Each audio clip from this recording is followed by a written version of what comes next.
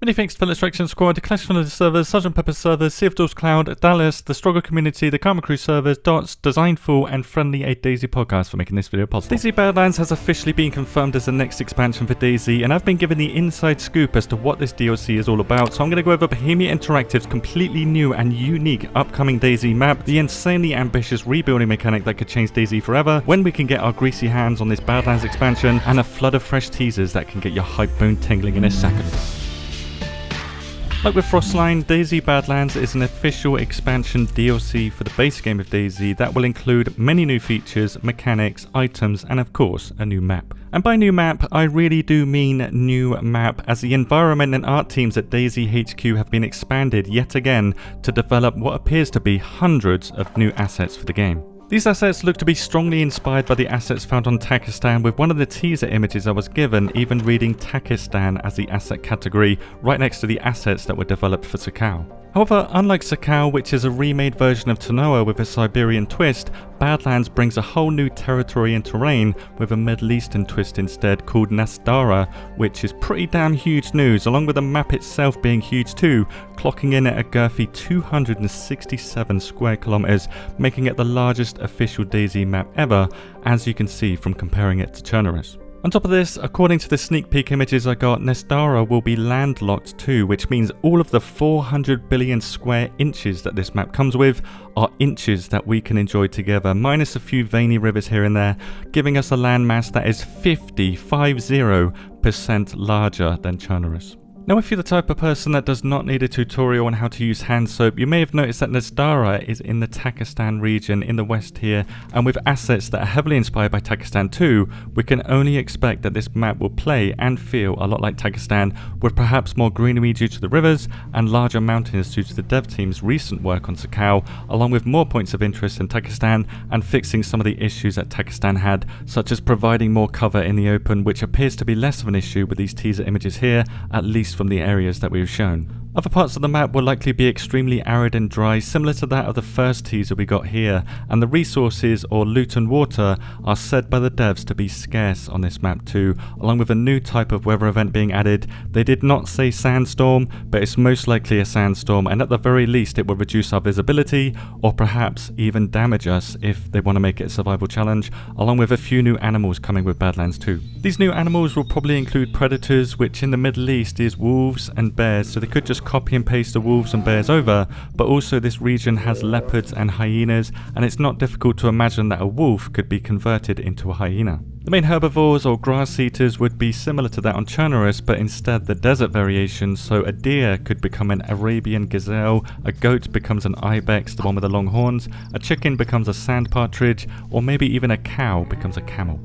In all honesty though, other than what the devs choose to show and tell us, we have absolutely no idea what to expect from this map, and it's barely known in the Armorverse lore at all, so even in Armor this is barely known, but the devs did give some backstory to me that Nasdara is a fictional borderland built in DayZ's alternate history, which has a turbulent and war-torn past, likely over its gas and oil as you can see from this billboard, and then this region got slapped with an outbreak that devastated the whole region, including Chernarus, pretty much confirming that infected will be on this map, and potentially gas attacks too. We also know there will be a strong emphasis on water and using it wisely, because it looks like we may be able to rebuild wells to drink from them based on this image here. Essentially, this image is showing 4 different stages of rebuilding a well. How that's done, I have no idea. Maybe placing stones, wooden planks and nails with a hammer would be enough, kind of like upgrading a fireplace to a stone fireplace, for example. We also don't know if this is going to be a new base building structure or if it's going to be a static structure you can find in the world, but my money is on it being a base building structure,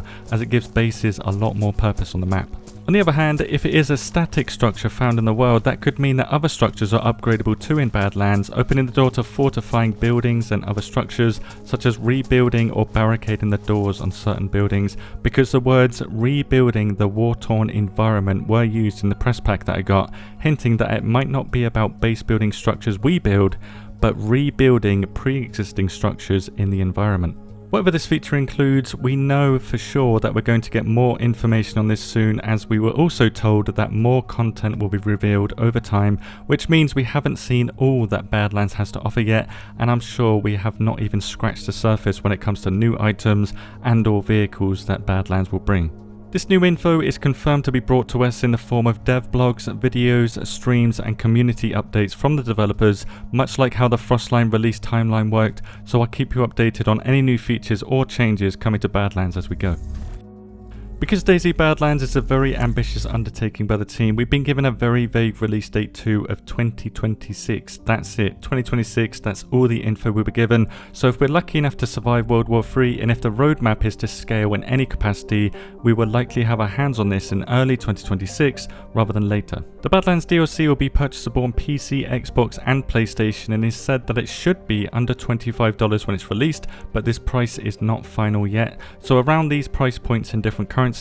but do bear in mind that in countries like Brazil and India, it will likely be lower than this. Similar to Frostline, you will need a base game of DayZ to play this DLC, and likewise Badlands will be purchasable in a bundle, which will probably come with some sort of slight discount as you're buying both of these together. For those of you that I know will ask this question, I was not given any clarification on whether or not Sakau will merge with the base game of DayZ, much like how Livonia did with Frostline's release, but I highly doubt they will do this given how recently Sakau was released and also the backlash it caused when they did this to Livonia. Similar to Frostline though, Badlands cannot be pre-ordered, at least on Steam, and there will be no early access either, so Nasdara will be a full release expansion. Now do bear in mind that Sakau was also a full release expansion, but more content was added to this map later, which could be the case with Badlands. However, because the devs are taking more time to develop Badlands compared to Frostline, we could get an actual full release with no added content, only bug fixes and tweaks as the players test it over time, and given that the price point for this is lower than Frostline, while giving us 3 times the landmass and likely better polish due to the development time, we can expect much better value for money with Badlands, with value for money being one of the biggest criticisms that Frostline had. On top of this, the devs also addressed the question of whether or not Badlands is just going to be a desert version of Frostline, stating that Badlands will have scarce resources, more player conflict and extreme levels of heat, offering a unique survival experience. We already know it's going to be different anyway, as Sakau is mostly made up of water, whereas Nasdara is mostly made up of not water, and fighting extreme heat will give us a reason to take our clothing off, whereas Sakau very much gives us a reason to put clothing on, likely giving us a completely different feel for those reasons alone, not including the assets that are going to be completely different from the maps, and closing the circle on the cold, moderate and hot climates found in the world. But unlike any other map in DayZ, Nasdara is not based on any real world location. This means we can expect unique assets, items and city designs, but most importantly gives the devs extreme freedom when it comes to environmental storytelling, making Nasdara something of a blank canvas for the devs to squirt their creative juices onto, resulting in, most likely, a map that is passionately crafted with blood, sweat and tears, and therefore rich in detail, full of flavour and deeply immersive.